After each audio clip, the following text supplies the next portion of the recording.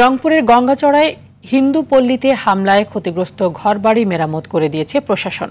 এলাকাবাসী এবং প্রশাসনের সহযোগিতায় আতঙ্ক কাটিয়ে বাড়িতে ফিরছেন ক্ষতিগ্রস্ত পরিবারের সদস্যরা। আর হামলাকারীদের দ্রুত আইনের আওতায় আনার দাবি স্থানীয়দের। রংপুর প্রতিনিধি জাহাঙ্গীর আলম বাদলের তথ্য ও চিত্র আরও জানাচ্ছেন নাদিরা সুলতানা।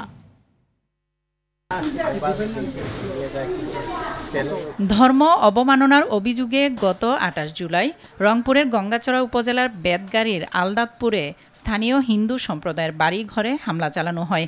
এতে ২২টি ঘর ক্ষতিগ্রস্ত হয়। ফলে আশপাশের বাড়িতে আশ্রয় নেন অসহায় মানুষ। তবে উপজেলা প্রশাসনের উদ্যোগে এরই মধ্যে ক্ষতিগ্রস্ত ঘরবাড়ি মেরামত করা হয়েছে। আর পাশে থাকার আশ্বাস পেয়ে বাড়ি ফিরেছেন অনেকেই। মিস্ত্রি পাঠিয়ে দিয়েছে, তারা মানে যেটা ক্ষয়ক্ষতির পরিমাণ হয়েছে সেটা দিয়ে এবং কিছু অর্থ দিবে, যাতে ঘরে যে আসবাবপত্র নষ্ট হয়েছে সেটা কেনার জন্য বলছে। যে ঘর ঠিক করে নেন, বউ বাচ্চা নিয়ে বাড়ি এসেন, বাড়িতে থাকেন। টিন দিয়ে কাজ শুরু করো, আমরা আবারও কালকে টিন দিব। বউ বাচ্চা কাউকে বাড়ি থাকা যাবে না, বাড়িতে নিয়ে আসবেন, আসিয়া সুন্দরভাবে আগত যেভাবে সংসার করে গেছেন ওইভাবে করিতে খাও। এদিকে জেলা বিএনপির উদ্যোগে ক্ষতিগ্রস্ত মানুষের মাঝে শাড়ি, লুঙ্গি সহ খাবার বিতরণ করা হয়েছে। ফ্যাসিস্ট সরকারের দোসররা বিভিন্ন পর্যায়ে আছে, যারা চায় যে ফ্যাসিস্ট আবার ফিরে আসুক। শুধুমাত্র ফ্যাসিস্ট আওয়ামী লীগকে ফেরানোর জন্য এই ধরনের কার্যকলাপ করা হচ্ছে। তো এগুলো প্রতিহত করা হবে।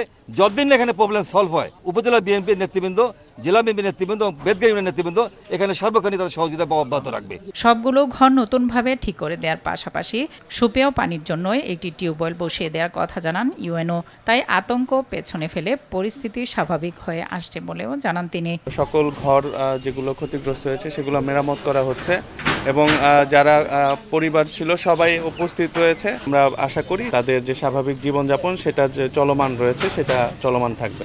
হামলাকারীদের শনাক্ত করে দ্রুত আইনগত ব্যবস্থা নেওয়ার দাবি এলাকাবাসীর।